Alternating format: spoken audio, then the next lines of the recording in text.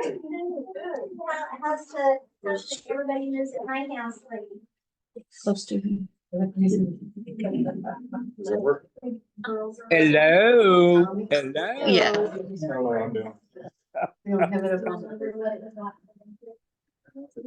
Yes. Did you do to this? Barbara said I just needed to log in. I think. Can you hear me? I can hear you. Okay. Yeah. It rained a long time ago.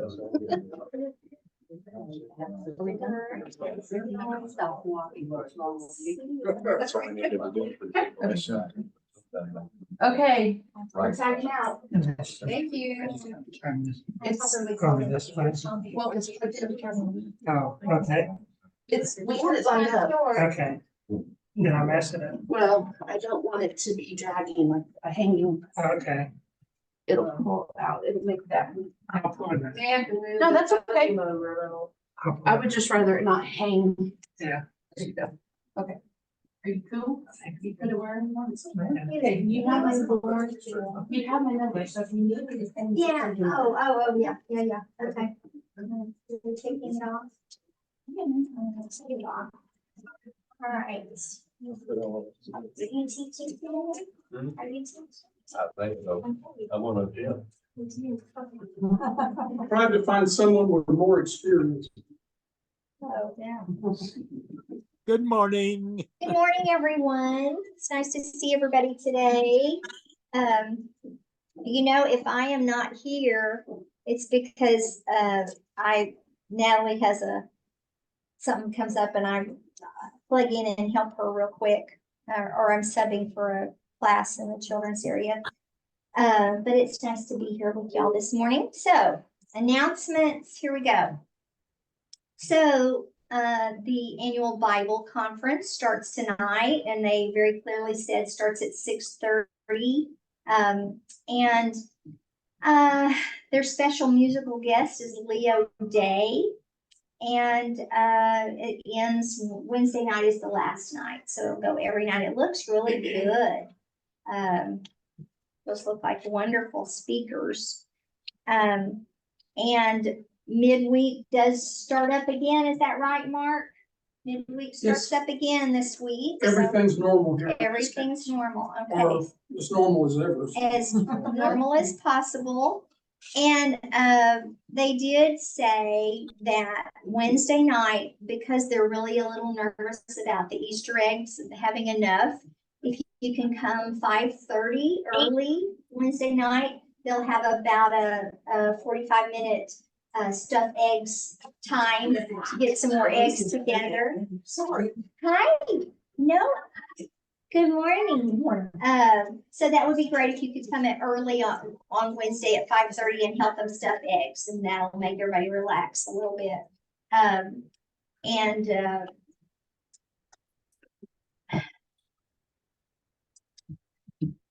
Let me keep talking about extravaganza. We are hosting the extravaganza event.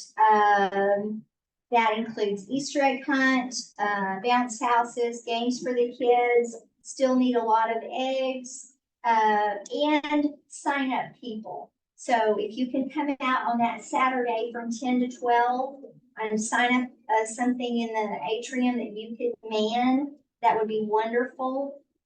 Something that nobody signed up for that I think is fun is just the helping the kids put dirt in the pots, and then they get to sprinkle grass seed in there, and they get to decorate it. It's growing for Jesus, and they have a little cross that they put in there, and so they go home, and in 2 or 3 days the grass goes, and so it's kind of like Jesus rising from the grave. Anyway, so that's a fun one that nobody signed up for. It's a sit-down job. Just saying. Anyway. Okay, so they still need folks doing that. As part of our outreach to the community, we are trying something special for the Berkshire elementary parents. The Oh Honey coffee truck will be in the parking lot on Friday from 7 to 8 a.m. So this will bless the parents, because you know they have that long line of pickup, and they can come over to our parking lot and get some coffee from the coffee truck. So that's a neat outreach to them.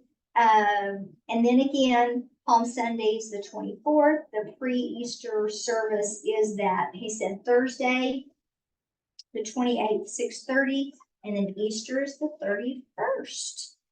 All right, so, is that what I do? Is that all I do? Is it your turn? You can take prayer requests. Prayer requests. All right, so prayer requests. We're glad Judy's back.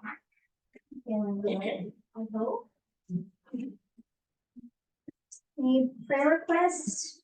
Well, I talked to Pastor Scott this morning before the worship started, and he said Pastor Chris Osborne is still maybe 6 or 8 weeks away from preaching, and he's struggling with a cough. That's a side effect of the anesthesia he had when he had his surgery. And so pray for Pastor Chris. Okay. Just want to say that Tommy is doing great. I noticed we don't have him on this morning, but. He's on there. He He's wasn't, got he up was there. initially, Okay. yeah. Okay, Yeah, he's doing wonderful. He's, his energy level is very low, but Okay. that's because he's lost so much weight. And so he gets tired really easy, but Okay. he's sleeping well at night. okay. Which is good, going through the night sleeping. He's doing good. I'd like to do that. But not go through what he's been through. No. How's your granddaughter? How's Mackenzie doing? Mackenzie is still not feeling well. I don't know what's going on with her. Okay.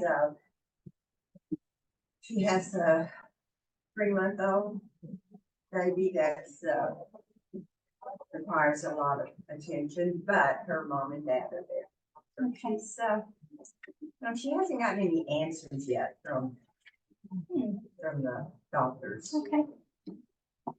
Yes. We don't have a request, we have a praise. Okay. Good. Our third great grandson, well, our first two are granddaughters. Our third great grandbaby was born this Wednesday. Oh my And goodness. he's doing great. He got to come home yesterday. That is a praise. Boy, little boy, A little little boy, boy. Warren Kingsley Golfer. Warren is the mother's maiden name and Kingsley is the Wow. father's maiden name. That's His neat. mother's name, maiden name. Oh, that's awesome. That's your third great grandchild. Y'all are blessed. We certainly are. Anyone else? My ex had emergency surgery last Thursday. He has had a mass on his colon. They say 50% chance that it's cancer. They'll know later this week. He's not doing too well. Still in a lot of pain. Can't keep anything down. So, What is his name? John, my son that lives here, grew up to Pittsburgh. He'll be with him for a few days. Another praise, we thank the Lord for the rain. Because we know July and August is coming. Well, last year there wasn't a whole lot either. We got about 1.5 inches last time I looked at my rain bid.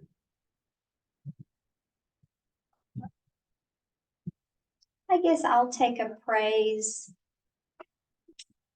I had Herb and I, are kind of caregivers for my brother.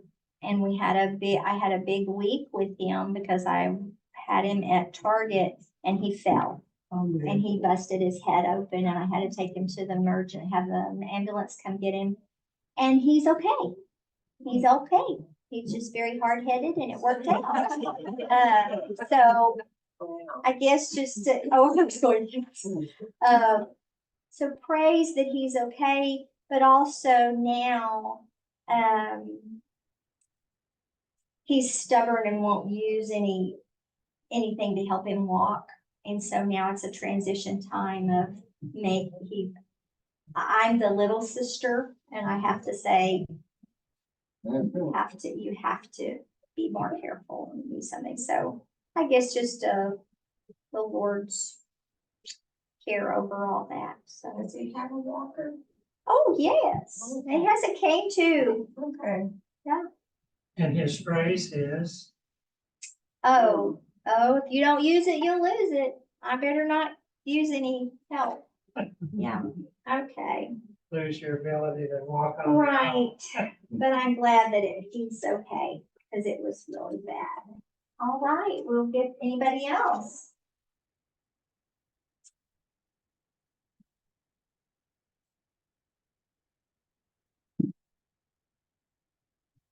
Okay, well, it is good to have Judy back with us.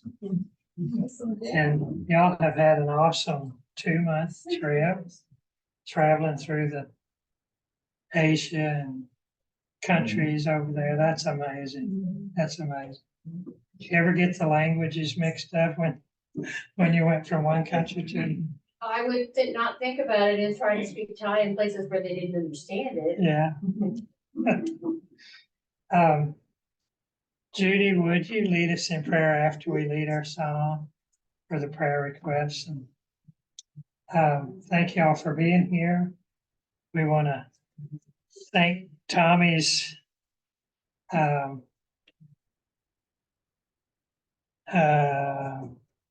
working hard on getting better and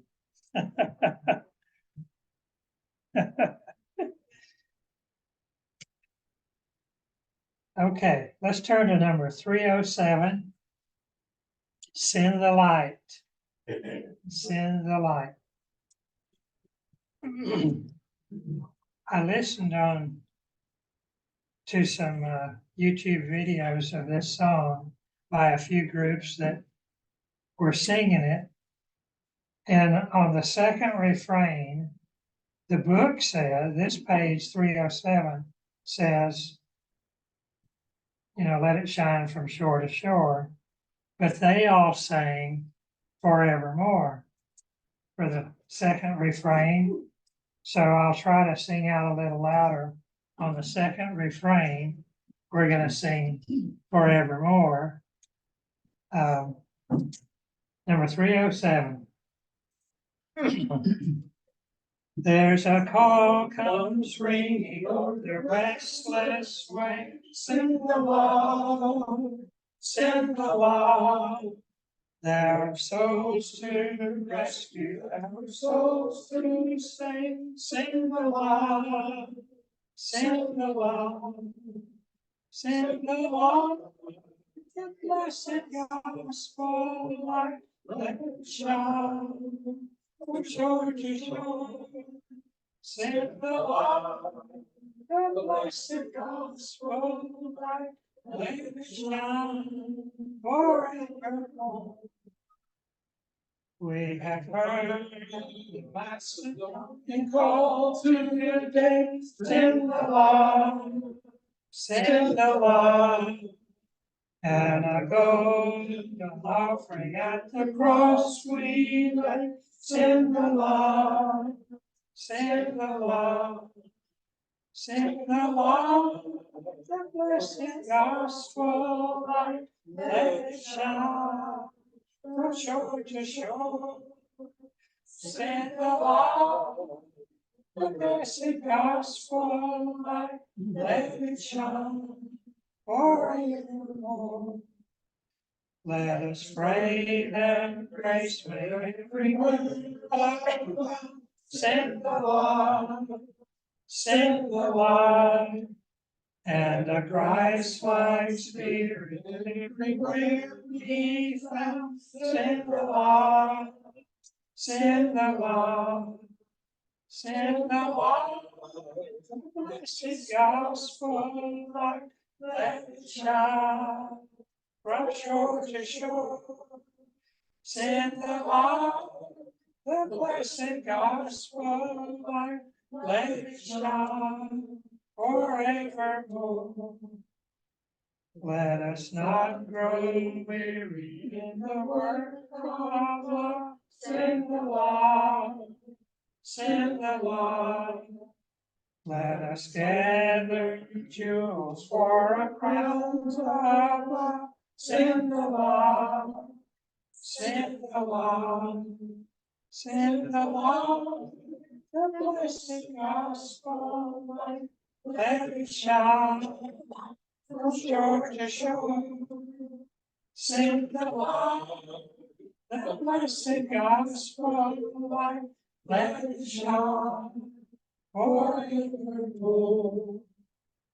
Thank you all very much for joining in and singing that old hymn. Judy, would you lead us in prayer, and then Brother will come. Father, thank you for the opportunity that we have to come and understand and know more about you. Thank you, Lord, that you answer prayer, and we always know that you're there with us. Regardless of what the need is, you are always there ahead of us. Thank you, Father, for the praises we've heard this morning, the new life, for healing that's occurring, even though it may not be quite as fast as those that are healing want it to be.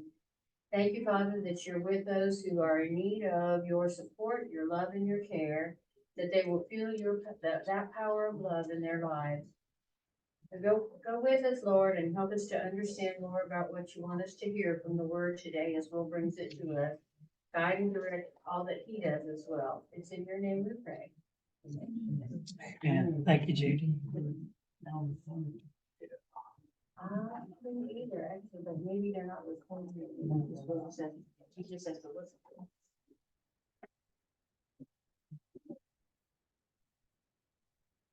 Last week, it says no classes next week, but we do have classes. this We do have So full Wednesday night program.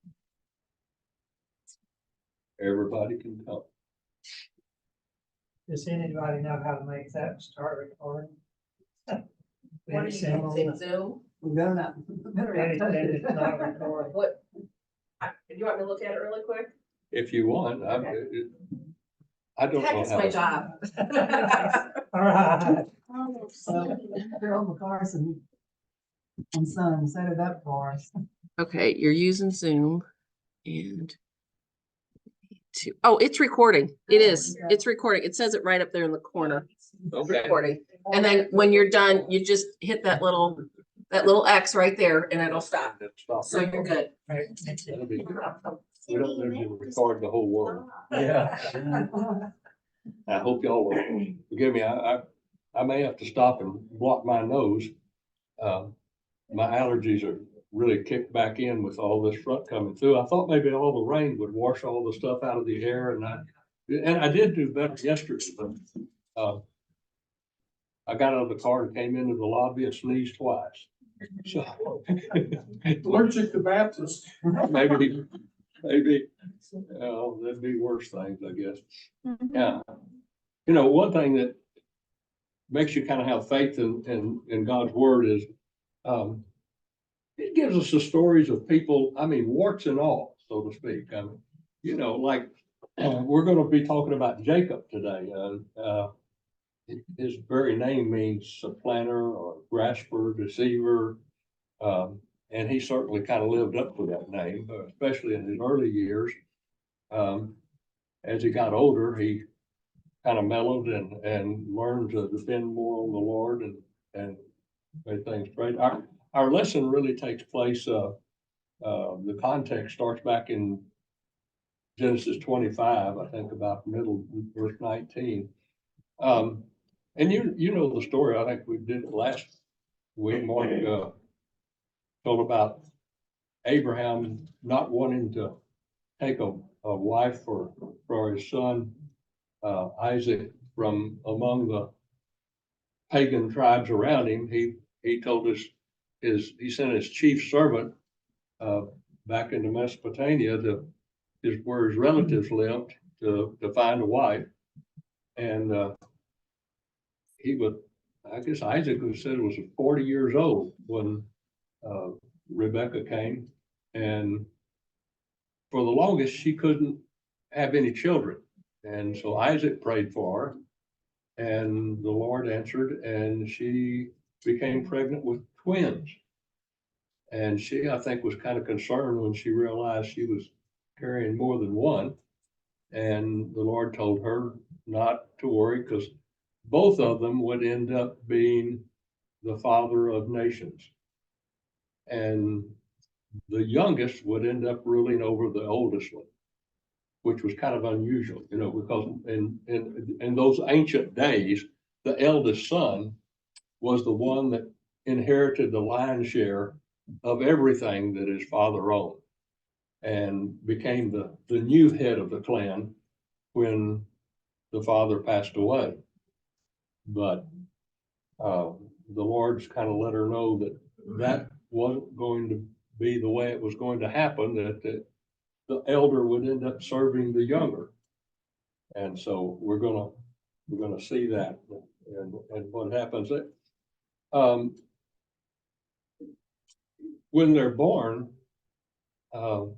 Esau comes out first, and he's red and hairy. I mean, he's kind of like, probably I'm thinking about my old football coach in high school who had so much hair. When he was get out there working and he'd start sweating, and big patches of hair would work through his t-shirt. I mean, he was hairy as a bear. And I kind of figured that's the way maybe Esau was. He was hairy as a bear, and instead he came out red. And as he was born, as he came out, Jacob, the grabber, had him by the heel and came out directly with him, grasping his heel. And so I think the ladies that were helping with the birth just kind of nicknamed him the grabber, Jacob, and the slang was having a grabber. And the two guys were very different as they grew up. Jacob was always quiet and stayed around the tents and didn't venture out. Esau wanted to go everywhere and do everything, and probably his father assigned a couple of his servants to take Esau and teach him how to, shoot the bow and take him out and explore the countryside and things like that, because that's the kind of kid he was. If you've had more than one kid in your family, they're certainly not the same. They're very different. And that was more than a little true with Esau and Jacob.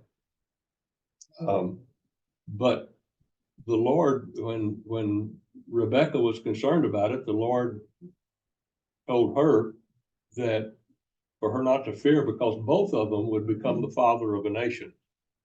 But the younger would end up ruling over the elder, which was certainly unusual. But you can imagine that while Esau took off and was out in the countryside all the time, she didn't get to see him much, but Jacob stayed around the tents, and I think probably helped more with the operation as he got older, helped more with the operation of the enterprise. Isaac had been promised, when you go back to, I guess it's about chapter 26, Isaac, the Lord comes back to Isaac and reinforces his promise to Abraham that Isaac inherits all of that same promise. And it happens, Isaac is kind of comforted in knowing that this is true. Everything he does, the Lord blesses. And he just gets richer and richer and bigger and bigger. In fact, other kings, we have one episode where a king comes to kind of court him and brought his chief minister and his head of his army and all, and wanted to make a pact with him because he wanted to make sure that Isaac's forces didn't tangle with his forces. And so they I guess you'd kind of call Isaac's group a people group. It was more than just a little family. He probably had maybe 100 or so people in his group, although it was just him and his wife and two boys was the heart of it. But he controlled a pretty vast enterprise. They planted crops, they had sheep, they had goats, they probably had camels, they had vineyards, they were well-to-do. Everything he touched turned to gold, so to speak. And I think he probably had plenty of that, according to other, anybody else. But chapter 27 is where our lesson ends up starting at, and it's kind of begins with when Isaac was old and his eyes were dim. Um, the old part I can identify with. My eyes are not doing all that bad, but he was probably just about blind. And don't know how old he was really, but it may say someplace in there, but I didn't catch it. But he decided that it was time, though he knew his days were growing short, it was time for him to give his blessing to his eldest son. Now, prior to this, you've already had the episode where Jacob was cooking a pot of porridge, and Esau comes in from a hunt. He may have been out 2 or 3 days and been very unsuccessful, so he hadn't had anything to eat. And he kind of felt like he was starving to death. He might have been even weak from hunger. And he finally gives up hunting and comes back into camp. It's kind of like most of my hunting. I didn't get much. I had come back to camp. And he came back to camp, and as he comes into camp, Jacob's cooking this pot of porridge. Probably meat and some vegetables and stuff, all in kind of like a stew. And Esau is starving to death. And he wants to get some of that pot of stew from his brother Jacob. And Jacob says, yeah, well, if you'll sell me, you promise me your birthright, I'll give you the pot of porridge. And poor old dumb Esau, he just says, why, sure, you can have it. I promise you can have it. What good is it to me if I starve to death?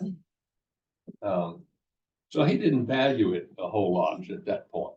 And we don't know exactly how old he was at that point, but it didn't say too much about his sense of values and what kind of a guy he was. He just blew it and went on.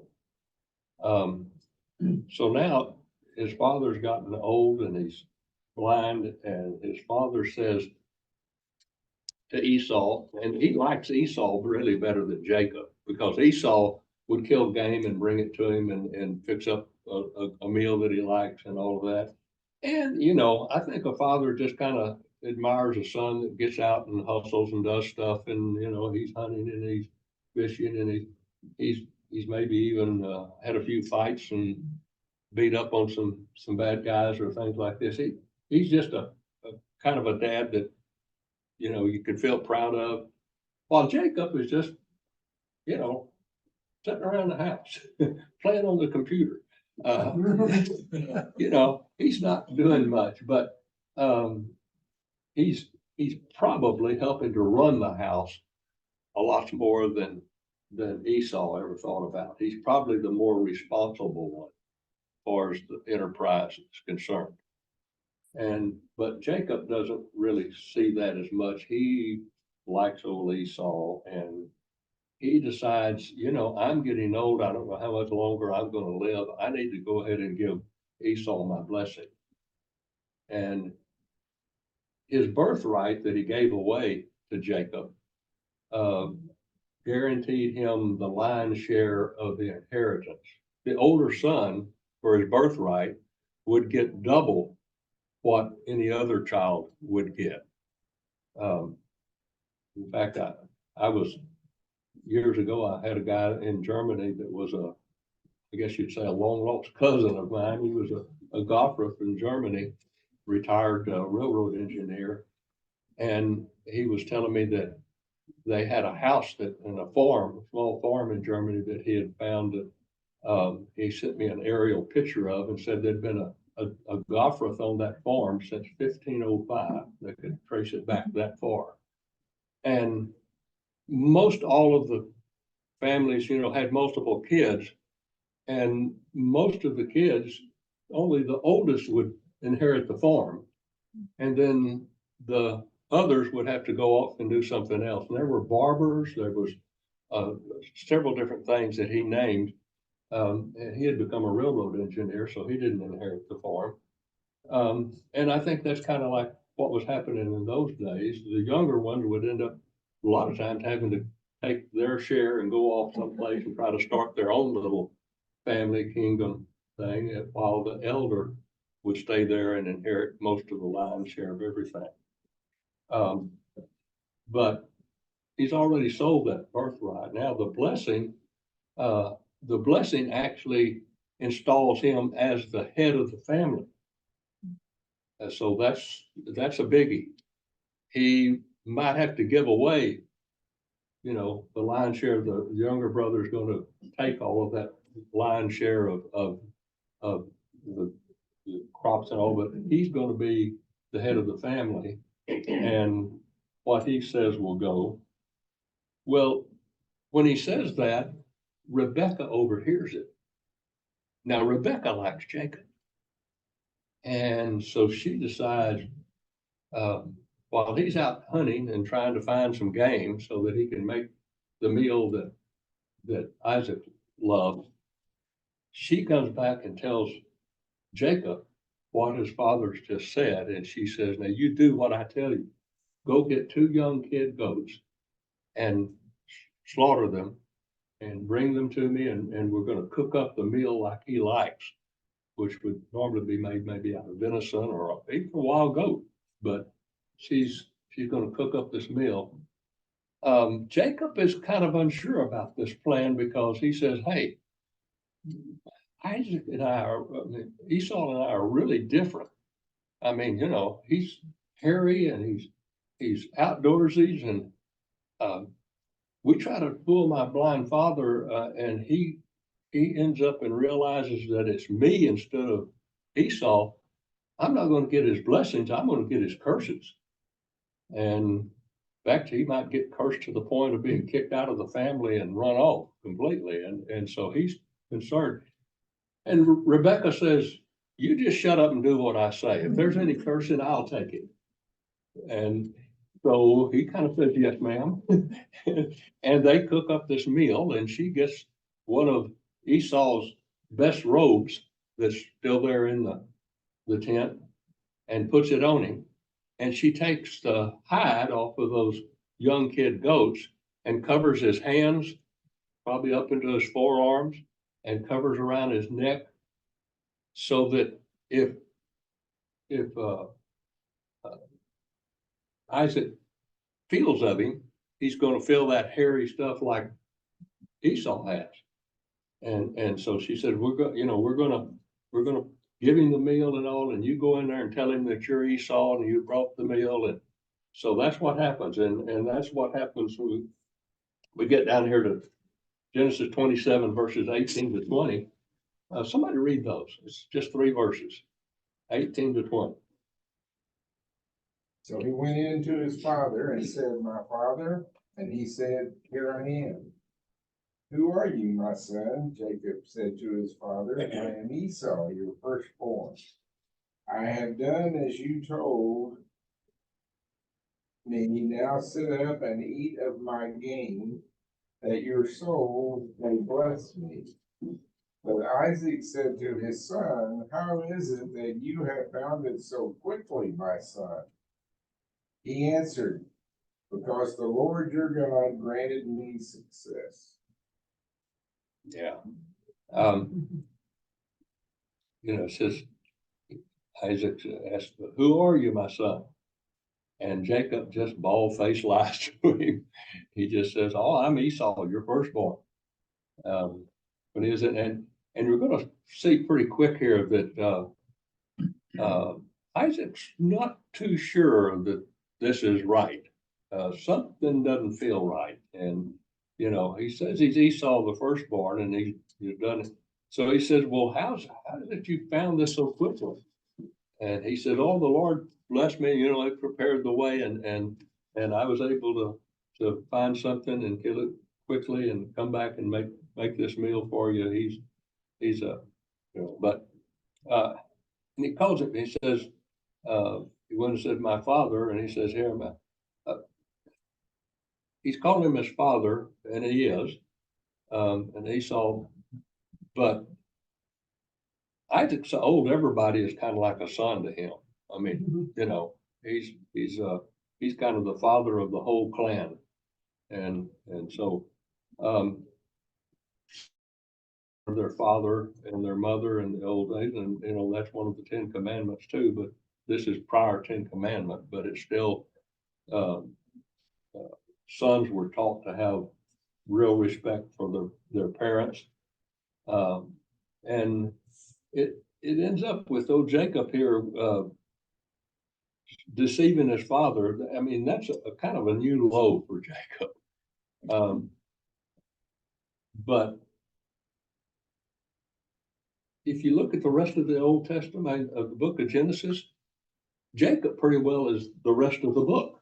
Yeah. So this guy that's the deceiver, the grasper, the grabber, is going to end up, God's going to use him anyway. And that's good news. Because most of us have blown it in a variety of ways through the years. And it's just good news to know that God can forgive and cleanse and use us anyway, warts and all.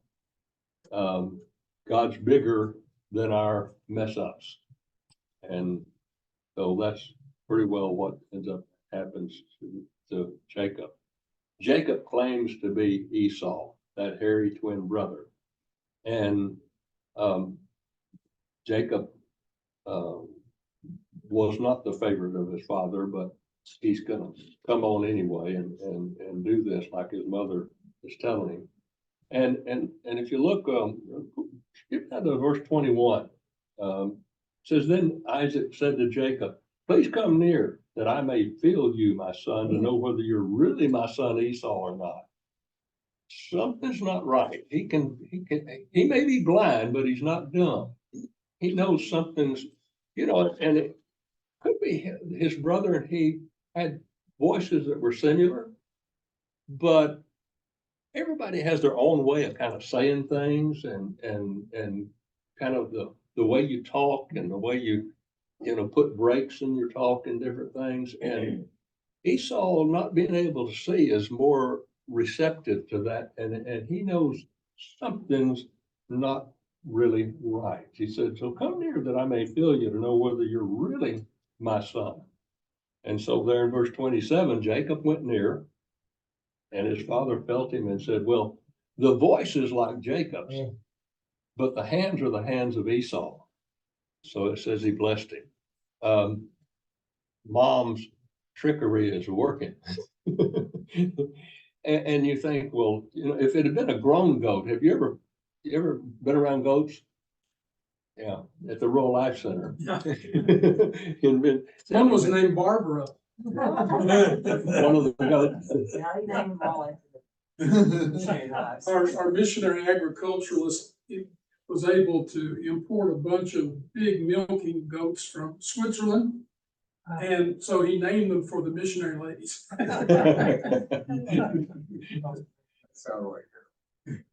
And a grown goat, their hair is pretty stiff. You know, they're pretty rough.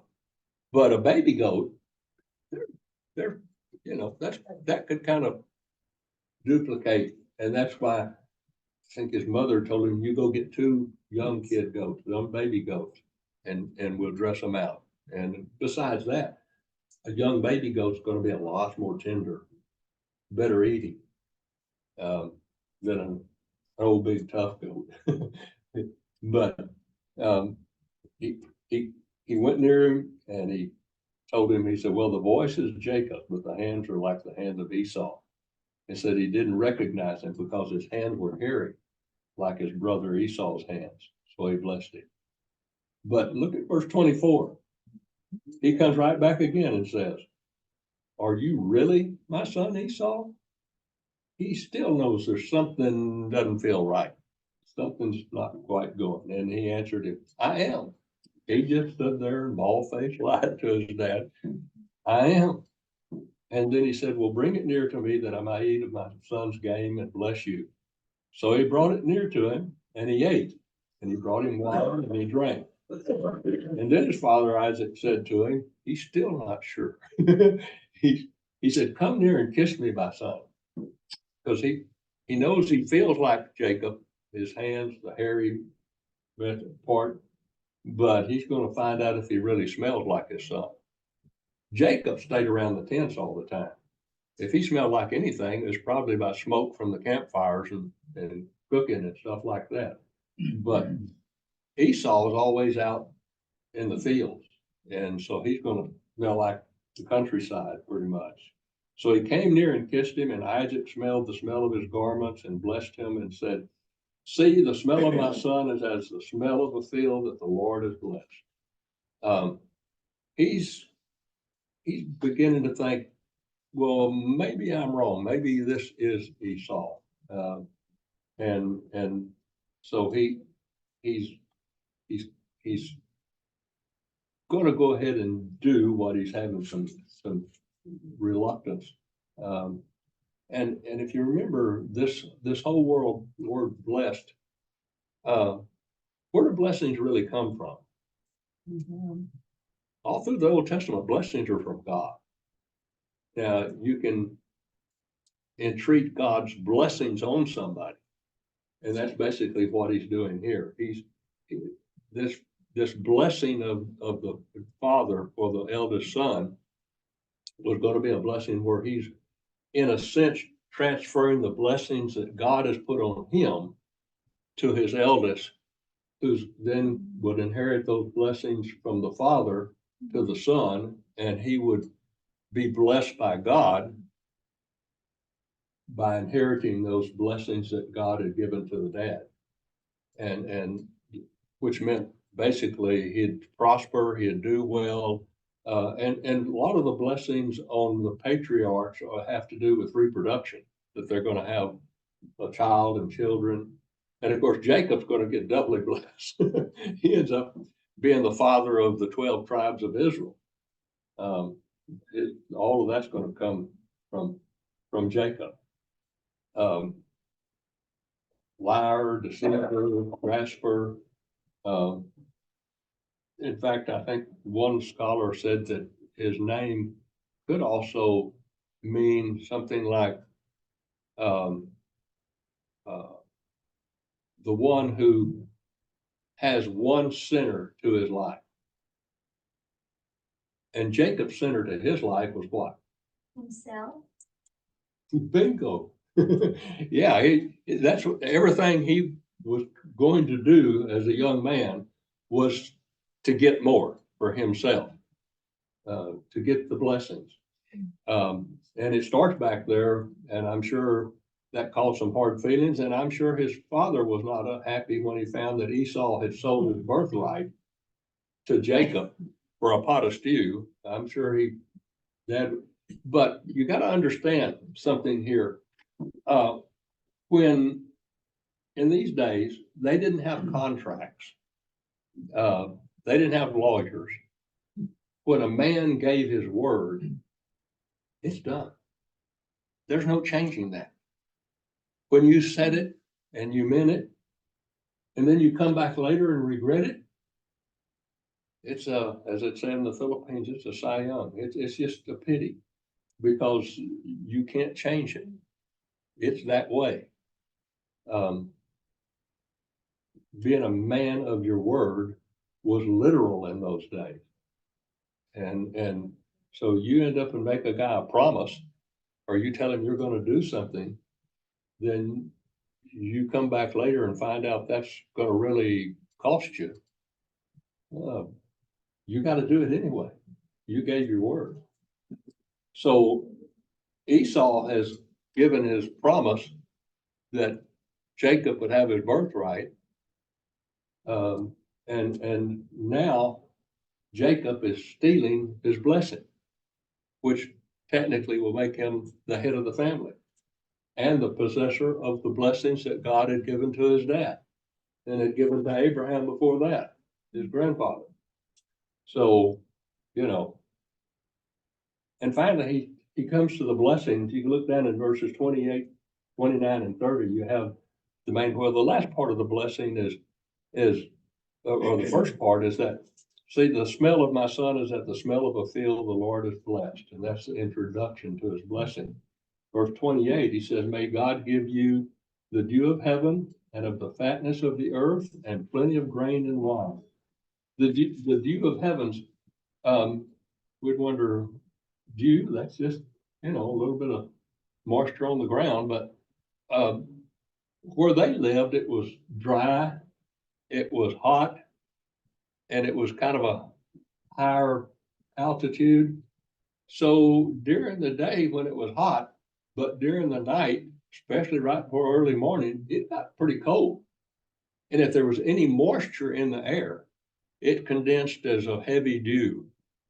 And the plants and the grasses and the crops, they all depended on that heavy dew. They might not get a lot of rain, but they get that heavy dew. It's kind of like I try to do my plants at home. I have a spray bottle, and I don't water my plants as much as I come by and spray them and get a little, especially like ivies and I've got Cactus. yeah, I got some cactuses that I probably don't water over maybe once a year. Most people kill cactuses because they water them too much. I've got one cactus in my window that I got from an old man when I was in seminary, and it was old. It was an old cactus then, and it's another 60 plus years old that I've had it, and it's only about that tall. There's a little pot. Little pot doesn't have a hole in the bottom, so I don't really water it. Maybe once a year I'll pour, a fourth of a cup or something in there, but I spray it and get the little droplets on the thorns and it absorbs them. That's kind of what cactus is like. But I spray my orchids. I do the same thing with them. Spray the leaves on the orchids. Don't water them too much. You'll kill the orchids same way.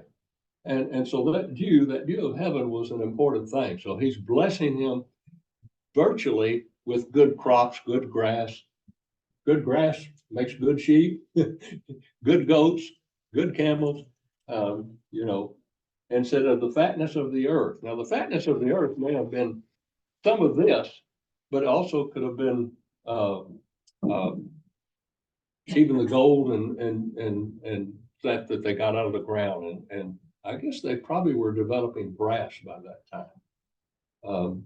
Sure, they had copper, but some right in here, they're beginning to develop the technique to make brass, which is harder and stiffer than copper.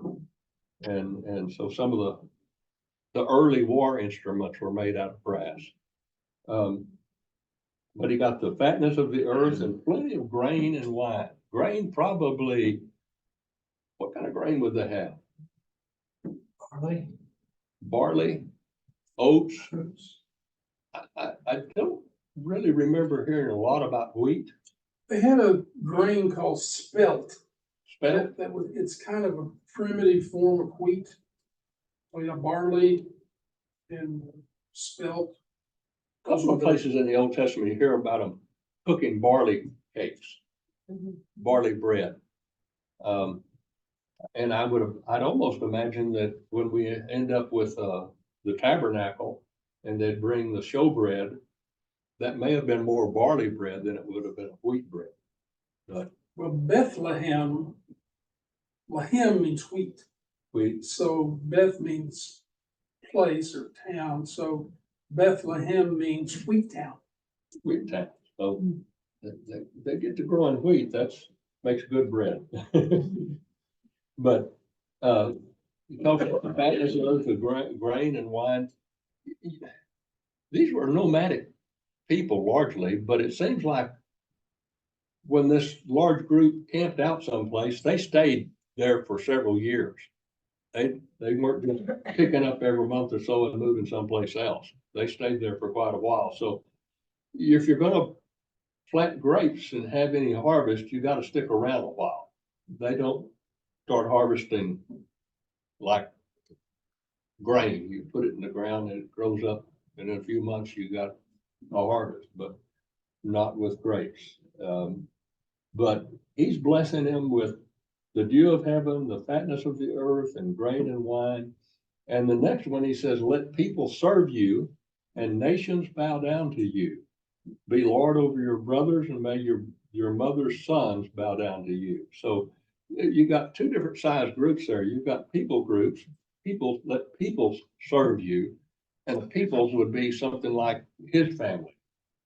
They're not a nation yet, but he's maybe got 100 or plus people in this family clan that he's got, and they all owe allegiance to this one family Lord. And so that's kind of like a people's group, and it could end up being multiple as we get on to where Jacob has all the sons, and these sons start marrying and having their own families. They're still kind of a people's group, but by the time they leave Egypt, they're a nation, because there's not just a peoples, there's lots of peoples. They probably came out of Egypt with 1 million plus. So, that's kind of the difference between the people serve you and nations bow down to you. So he's blessing him with real leadership. Be Lord over your brothers, and may your mother's sons bow down to you. He's only got one brother, and that's going to be Esau. And we're going to hit Esau again in a minute, but he said, cursed be anyone that curses you, and blessed be everyone who blesses you. That really jumps all the way back to Abraham's first promises by God. And he tells Abraham, I'm going to bless those that bless you, and I'll curse those that curse you. Well, here's the same kind of blessing that Isaac is giving. Isaac knows the blessings that God gave Abraham, and this is kind of a standard format now that he's using to give blessings to his, he thinks, eldest son. So he says, cursed be everyone that curses you, and blessed be everyone that blesses you. And I remember reading, said there's about 6 different words, I think, in the Old Testament that's interpreted as curses. And there's kind of, the quarterly said there was, I wrote them down here, there's 3 general categories. And one of them was curses that give judgments or punishments to people. There were curses that were threats to people. If you do this is going to happen to you. It's a threat. And then there's the last curses, it's also curses that proclaim the law. Here's the law, and if you break it, you're going to be cursed. And so that was kind of the way these curses would be. Cursed be everyone who curses you, and blessed be everyone who blesses you. And as soon as Isaac had finished his blessing Jacob, when Jacob had scarcely gone out from the presence of Isaac his father, Esau his brother came in from hunting. And you almost feel sorry for Esau. He comes in, and his father again asked, well, who is it? And he said, I'm Esau, your eldest. And he said, come and eat and where you can bless me. And his father realizes his suspicion all along was true. Jacob has stolen his blessings, and once said, it's a done deal. There's no going back. Even though Jacob deceived his father had pronounced the blessing on Jacob. And he said, I've already given the blessing to your brother Jacob, and he will be blessed, is what Esau, or Isaac, tells his son Esau. And Esau, he's crushed. I mean, he's already lost his birthright because of his just really not caring, I think, his kind of flippant attitude about life and not worrying about tomorrow. He's just living for today. Maybe sometimes you've been in that boat too, but that's that's, he's wanting a blessing, and his dad finally gives him a blessing, but it's not a blessing that he would have wanted. He says basically that, the ground and the crops and things like that aren't going to bless you. You're not going to get the riches from the fruit of the vine or the crops or the kind. He said, in fact, what you're going to do is you're going to make your living by your sword. And he said, you're going to serve your younger brother. But someday, he said, but someday you're going to throw off the yoke of your younger brother and be your own man. And as we continue the story, you're going to see that happen if you read the details. Like I said, I really, if you read that section where Esau pleads with his father and gets that, he said, bless me, even me also, O my father. But he said, your brother came in deceitfully and has taken away your blessing. And Esau says, well, is he not rightly named Jacob? Or he's cheated me these 2 times. Well, that's kind of wrong, though. He didn't really cheat him the first time. He just cheated himself. He didn't care enough, and he gave away something that was going to end up being very dear to him. And then he said, well, have you not reserved a blessing for me? And he says, hey, I've already made your brother Jacob Lord over you and all his brothers, and I've given him for his servant, I've given to him for servants, and with grain and wine I've sustained him. With what then can I do for you, my son? And Esau says, have you not but even one blessing for me, my father? Bless me also. And then Jacob goes away and says, behold, away from the fatness of the earth shall your dwelling be, and away from the dew of the heaven on high. By your sword you shall live, and you shall serve your brother. But when you grow restless, you shall break his yoke from your neck. And Esau, at this point, being the rough and tumble guy he says, well, when my dad dies, I'm going to take care of this. I'm going to kill Jacob. And then his blessings won't go anywhere. I'll have it all. And Jacob's mother hears this. And I think that's going to take us into the next lesson. Because she decides I got to get my boy away from his brother before he does him in. And probably Jacob would have been an easy kill for Esau. Jacob likes to be around the house, playing computer games. He's not out playing basketball, running with the guys, playing soccer. He's a homeboy. Comments? I had a comment. So can you relate to modern times about parents having the power to bless or curse their children? Is that a thing? I think it can be, yes. I think there's another thing in modern times. Most people's word is not their bond. You got to get it in writing. Yeah, it's gotta be in writing, gotta be notarized, it's gotta be done by a lawyer. And even then, it's not for sure. You know, Isaac gave the blessing and that's it. Yeah. No, nothing on paper, nothing written, just, that's it, it's done. Well, see, we're in basically an illiterate world.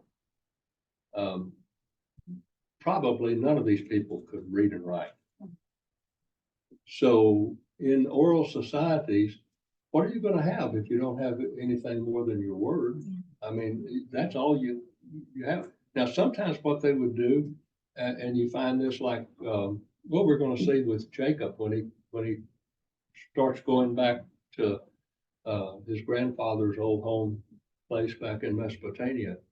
And the Lord appears to him and has the angels going up and down on the ladder, and he he stacks up rocks there and builds a little commemorative altar thing for that. And that's sometimes what they would do. When they gave their word, they would often put a rock up or something and maybe even anoint it with some wine or something like that, just to signify that this is in remembrance. As long as that rock is there, my word is there.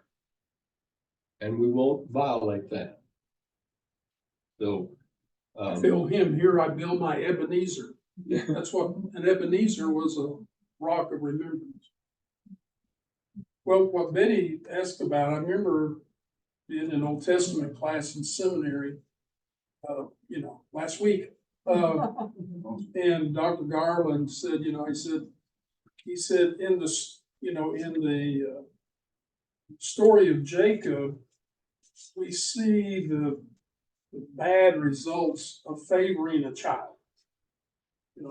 Isaac favored Esau, Rebekah favored Jacob. We see from the story how badly that turned out. And you would think Jacob would have learned a lesson, but he favored Joseph, and then Joseph's brothers sold him into slavery in Egypt because they were jealous of him, because their father favored him. And so I remember Dr. Garland saying, showing favoritism to a child always leads to bad results. Mhm. Especially when there's a number of kids in the family, and then you just try to show favoritism to one. The rest of them, every time your back is turned, they're going to give him a hard time. And that's the story of Joseph. We're going to get to that one too. And that brings to mind when Ruth Graham was asked if she had a favorite among her, who was the favorite among her 5 children. And she said, the one who needed me the most at that time.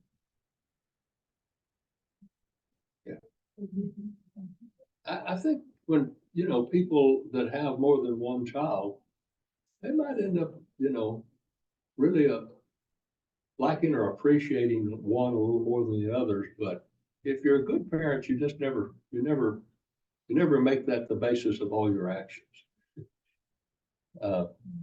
And sometimes you might not be able to help kind of liking one better than the other because they just seem to be on the right track better.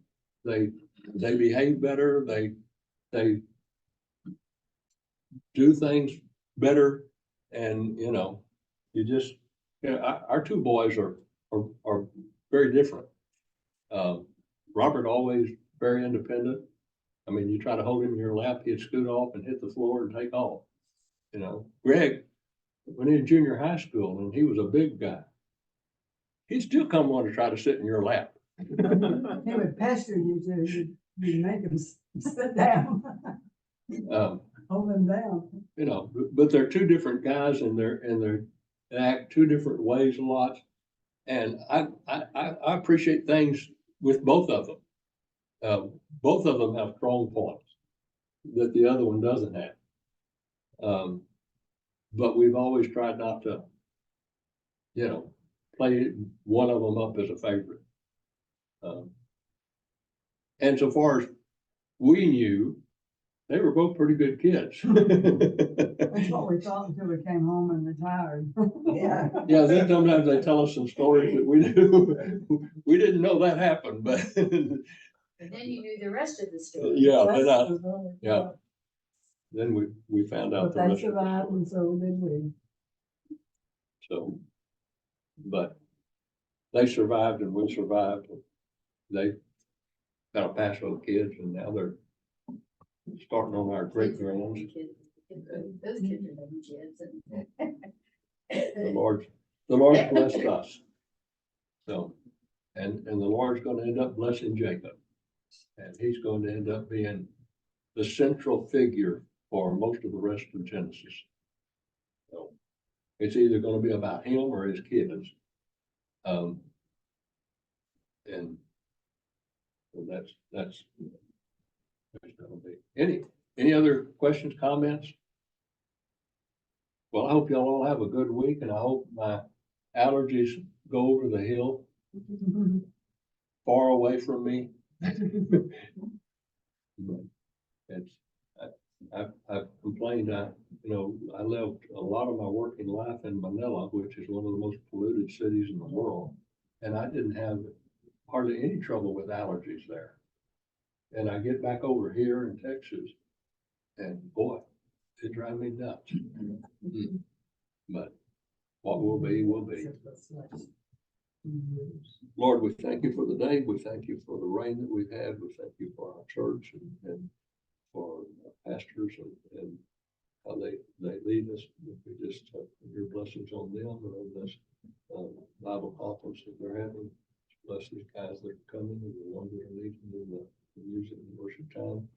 Just continue to be with those in our class that have some medical issues and things going on. Please continue to strengthen them, bless them, and we just ask for your guidance as we head through this next week, that could help us to be sensitive to the opportunities you give us to serve and the opportunities you give us to be a good witness for you.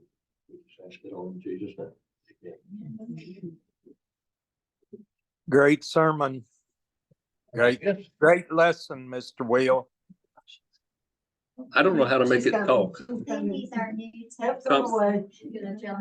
That's good. Somebody knows.